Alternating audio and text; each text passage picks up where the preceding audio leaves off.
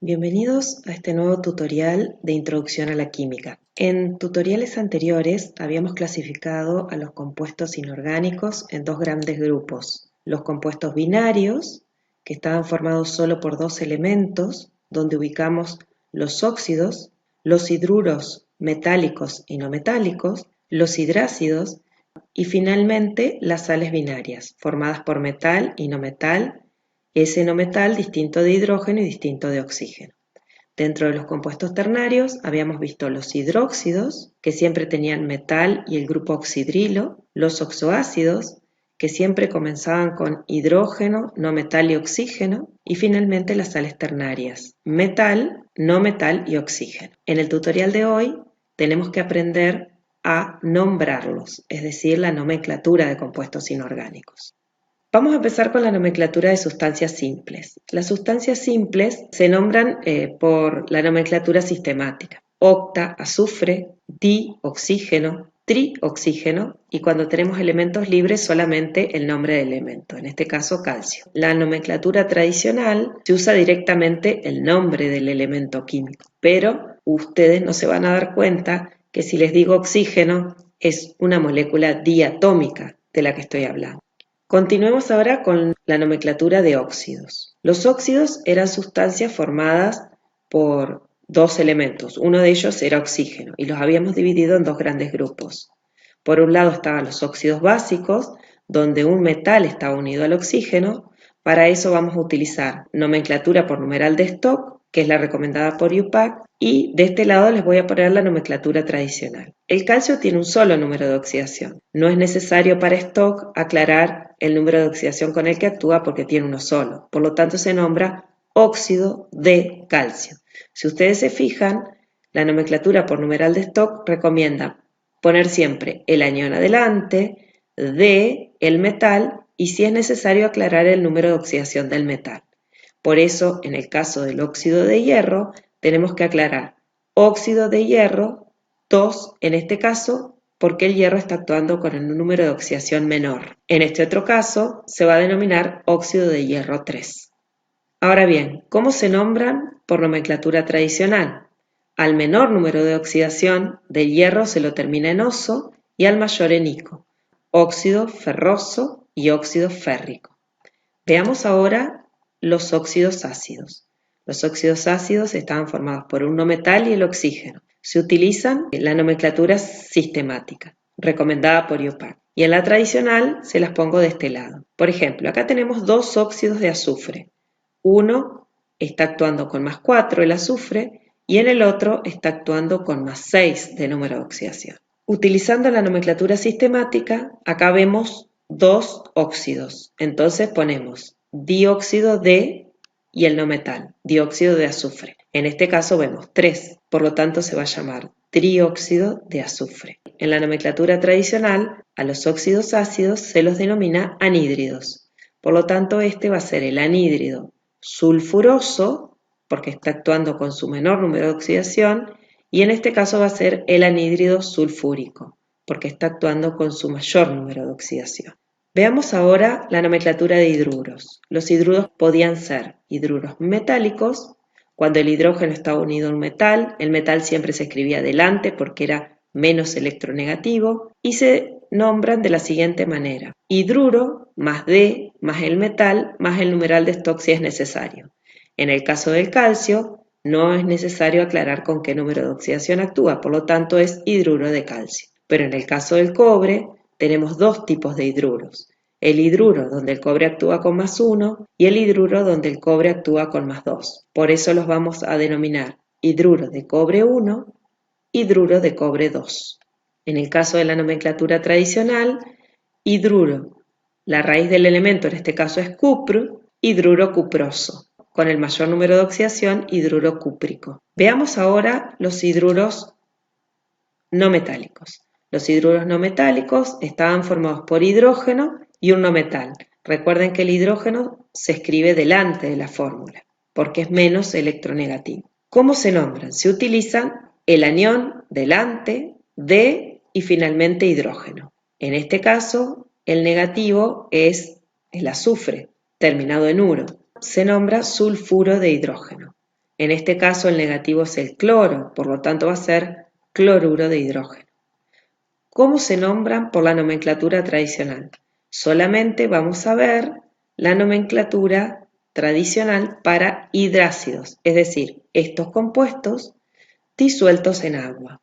Para los hidrácidos entonces se coloca la palabra ácido adelante, la raíz del no metal y se terminan en hídrico. Por ejemplo, ácido sulfídrico va a ser el primer caso porque tiene azufre. Ácido clorhídrico porque tiene cloro. Si tuviese bromo o yodo serían ácido bromhídrico, ácido iodídrico. Algunos compuestos no metálicos, hidruros no metálicos, se conocen más por su nombre tradicional.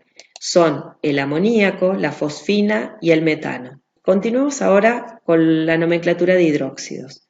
Los hidróxidos ya eran compuestos ternarios formados por metal y el grupo oxidrilo o hidroxilo.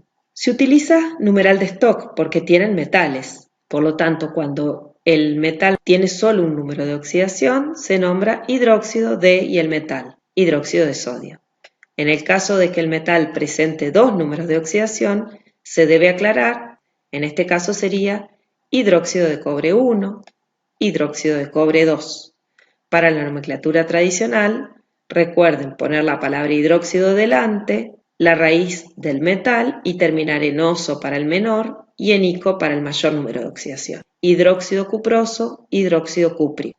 Veamos ahora los oxoácidos. Los oxoácidos los reconocíamos porque siempre tenían hidrógeno, no metal y oxígeno. Se nombran de la siguiente manera. Se pone la palabra ácido delante, la raíz del no metal que no es oxígeno y se terminan en oso para el menor y en ico para el mayor. Vamos a ver solamente la nomenclatura tradicional para los oxoácidos. Entonces tenemos ácido nitr oso, porque en este caso estamos frente al anión nitrito, que es este que está acá, que lo vimos en la tabla, y como tiene el menor número de oxidación, que en este caso es más 3 para el nitrógeno, se termina en oso. Por lo tanto, es el ácido nitroso. En este caso tenemos el anión nitrato, porque el nitrógeno está actuando con más 5, su mayor número de oxidación. Por lo tanto, este va a ser el ácido nítrico. Si ustedes reconocen rápidamente, tenemos el anión sulfato. En este compuesto, el azufre está actuando con más 6. Va a denominarse ácido sulfúrico. Vayamos al caso del cloro, que tenía 4 números de oxidación. Acá el cloro actúa con más 1 porque estamos frente al anión hipoclorito. Acá estamos frente al anión clorito, clorato y perclorato. Por lo tanto, el ácido va a ser el ácido hipocloroso, el ácido cloroso, el ácido clórico y el ácido perclórico. Lo mismo sucede para el bromo y para el yodo.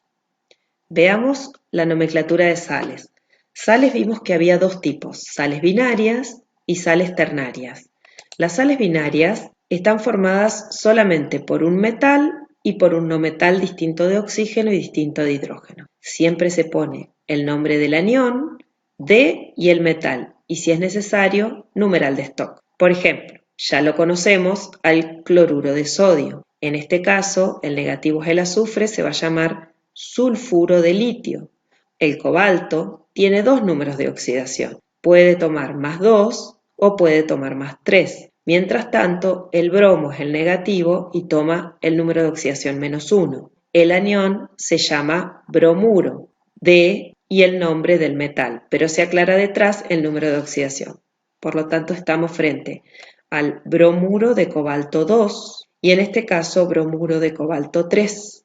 ¿Cómo los nombramos por la nomenclatura tradicional? Bromuro cobaltoso y bromuro cobáltico. Vayamos ahora a la nomenclatura de las sales ternarias. Las sales ternarias estaban formadas por un metal, un no metal y el oxígeno. Estos formaban un anión poliatómico. En este caso reconocemos el sulfato.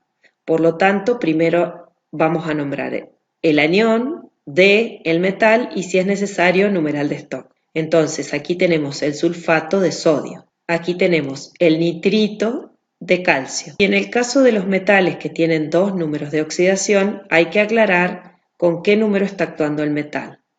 Por lo tanto, aquí tenemos carbonato de hierro 2 y en este caso, carbonato de hierro 3, porque el número de oxidación del hierro en este compuesto es más 3. ¿Cómo los nombramos por la nomenclatura tradicional? Se pone el nombre del anión, la raíz del elemento metálico y se termina en oso para el menor y en ico para el mayor.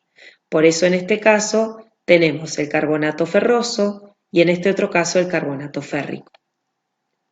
Veamos algunos compuestos que no los podemos encuadrar fácilmente en alguno de los anteriores. Se les complica mucho saber qué tipo de compuesto es.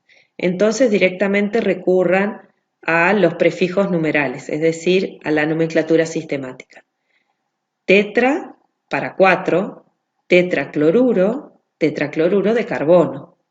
En este caso tenemos 5, 5 es penta, pentasulfuro de diarsénico. Los invitamos a hacer los ejercicios 20, 21, 22 y 24 de la unidad 2. El 23 lo recomiendo hacer más adelante porque todavía no hemos visto las reacciones químicas. En un próximo tutorial voy a ir resolviendo con ustedes los ejercicios indicados por la cátedra. Les mando muchos saludos, espero se encuentren muy bien.